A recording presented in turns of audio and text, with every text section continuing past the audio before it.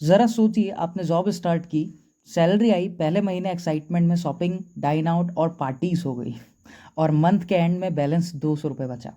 ऐसा सिर्फ आपके साथ ही नहीं, 90% यंग एडल्ट्स के साथ होता है। आज हम बात करेंगे टॉप 5 फाइनेंशियल मिस्टेक्स जो कि लोग 20 एज से लेकर 30 एज तक करते हैं, और कैसे आप उनसे बचकर एक अपना सिक्योर फ्यूचर बना सकते हो, उसके बारे में भी बात करेंगे। तो सबसे पहली जो गलती करते हैं वो नो बजटिंग का गलती है। बहुत लोग अपनी सैलरी आने के बाद बस खर्चा करते जाते हैं बिना ट्रैक किए, और उनका जो रिजल्ट्स रहता है वो महीने के एंड में खाली अकाउंट और रीग्रेट, यही दोनों के साथ खत्म हो जाता है। इसका सॉल्यूशन बहुत सिंपल है, जो कि आज के इस वीडियो में आपको पता चलने वाला है। सबसे पहला जो रूल मैं अप्लाई करवाता हूँ वो 50-30-20 रूल। कौन सा रूल? 50-30-20 रूल। 50% पैसा इसेंशियल नीड्स में जाए, जैसे कि रेंट, बिल्स, ग्रॉसरीज में। 30% पैसा उनके वॉन्ट्स में जाए, जैसे कि मूवीज, आउटिंग, शॉपिंग्स में। और 20% सेविंग्स उनको करके चलना पड़ेगा, क्योंकि सेविंग्स नहीं करेंगे तो बहुत सारी चीज़ों की उनको दिक्कतें आ सकती है, चाहे वो छोटा अमाउंट हो। पर कंसिस्टेंस अगर रखोगे तो डेफिनेटली 20% सेविंग जो आप कर रहे हो उसका आगे चल के आपको रिजल्ट अच्छा देखने को मिलेगा।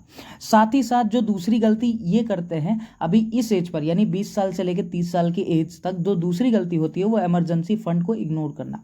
यानी लाइफ अनप्रेडिक्टेबल है, जब लॉस, मेडिकल इश्यूज या कोई अर्जेंट एक्सपेंस कभी भी आ सकता है।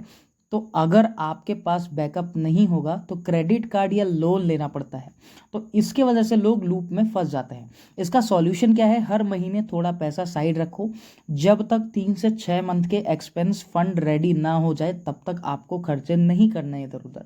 ये आपका दूसरा स्ट्रैटेजी है जो कि मैं आपको बताऊंगा, जो कि आपको फॉलो करना ही है डेफिनेटली, क्योंकि अगर आप इसको इग्नोर करते हो तो उस केस में आपको अच्छा खासा आगे चल के प्रॉब्लम्स फेस करते हुए आपको देखने को ज़रूर से मिलेंगे।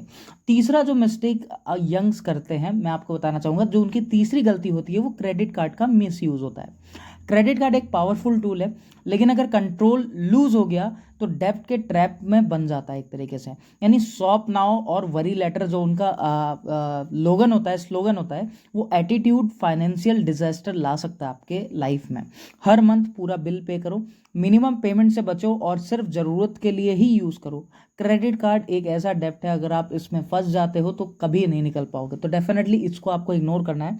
तीसरी गलती मैंने आपको बता दी आपकी। चौथी गलती जो ज़्यादातर लोग करते हैं, मेजर मिस्टेक्स जो देखने को मिलती है, यानी एक तरीके से इन्वेस्टिंग लेट स्टार्ट करना। अब भाई लोग कमाने तो शुरू कर दिए, मैंने स्टार्ट किया जॉब स्टार्ट किया 20 के एज से, 21, 22, 23 प्रमोशन के चक्कर में जॉब पे ही लगा रहा। क्यों? क्योंकि मुझे रेंट भी देना है, आने जाने का खर्चा भी देना है, पेरेंट्स को भी कुछ पैसे देना है, साथ ही साथ अपने ऊपर में इन्वेस्ट करना है, शॉपिंग भी करनी है, त्यौहार भी मनाना है, और अपना घर भी चलाना है, पेरेंट्स का भी घर चलाना है। कुछ अदर खर्चे आ जाते हैं अनप्रेडिक्टेबल वाले, वो सारी चीज़ें मैनेज करनी है। तो ये जो नॉट इन्वेस्टिंग वाला जो अपना सिनेरियो है, इसको आपको जब कोई भी बंदा है, मान लो वो बिजनेसमैन ही क्यों ना हो, वो क्या करता है, अपना कुछ परसेंट पैसा इन्वेस्ट करके जरूर चलता है। चौथी गलती जो है, इन्वेस्टमेंट लेट से स्टार्ट करना। लोग सोचते हैं अभी टाइम नहीं है, पर कंपाउंडिंग टाइम से ही ग्रो करती है। आप एक स्टॉक खरीद लोगे स्टॉक मार्केट में, वो धीरे धीरे करके ही ग्रो करेगा। एक बैग एक ही दिन में आपको करोड़पति अरबपति नहीं बना देगा भाई। तो ये चीज़ आप ध्यान रखो।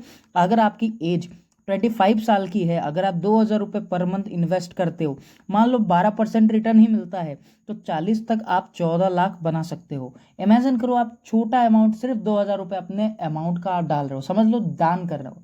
वो दान आपको आपके 40 ईयर्स के एज तक 14 लाख का एक बैकअप देता है, जो कि आपके लिए बहुत ही ज़्यादा एक तरीके से हेल्पफुल रहेगा।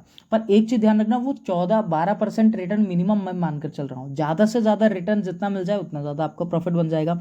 लेकिन अगर वही इन्वेस्टमेंट आप 35 से स्टार्ट करते हो तो सिर्फ आपको 5 लाख मिलेगा। क्यों? क्योंकि उसके बाद तो आप कमा ही नहीं पाओगे। डिफरेंस है सिर्फ टाइम का। अर्ली इन्वेस्टमेंट करोगे तो अच्छा फ्रीडम आपको देखने को मिलेगा, और लेट से इन्वेस्टमेंट करोगे तो आपको अच्छा लॉस देखने को मिलेगा, और आगे चल के रिग्रेट देखने को मिल सकता है। पांचवा जो देखने को मिलता है मुझे, जो कि ज़्यादातर मैंने इमेजिन किया और सामने मेरे देखा है, इम्पल्स स्पेंडिंग कर देते हैं। यानी दो पांचवी गलती होती है इनकी, वो लगातार खर्चे होते हैं। जैसे अमेजोन में सेल आया, खर्चा कर दिया। अभी जो सेल चल रहा है भाई, दशहरा दिवाली आने वाली है, उसका भी सेल चलेगा। फ्लिपकार्ट पर डिस्काउंट आया, उस पर खर्चा कर दिया, और हम तुरंत ऐड टू कार्ट करके ये शॉर्ट टर्म डोपामाइन हिट कर देते हैं, जिसकी वजह से लॉन्ग टर्म के लिए लॉस अपन बुक कर लेते हैं। सिंपल ट्रिक है, हर परचेस पे 24 घंटे का रूल लगाओ। अगर एक दिन बाद भी लगता है तो ज़रूरत है तो ही खरीदो, वरना मत खरीदो।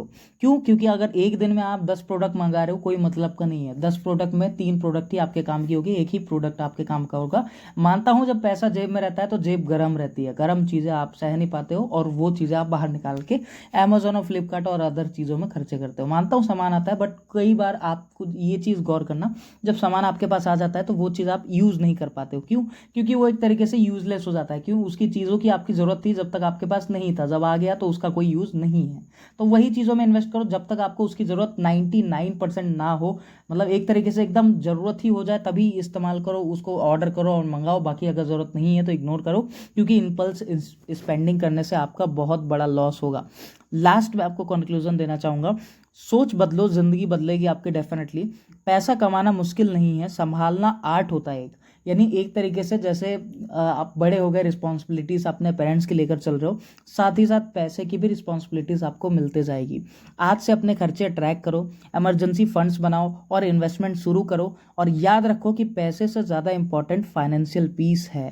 यानी एक तरीके से आप जितना ज़्यादा पैसे खर्चे करोगे उतने गड्ढे में आप गिरते जाओगे, और जितना पैसा आप बचा कर चलोगे वो आपके लिए सीढ़ी का काम करेगा। आगे चल के आपको वही बैक सपोर्ट देगा, वही आपकी मदद करते जाएगा।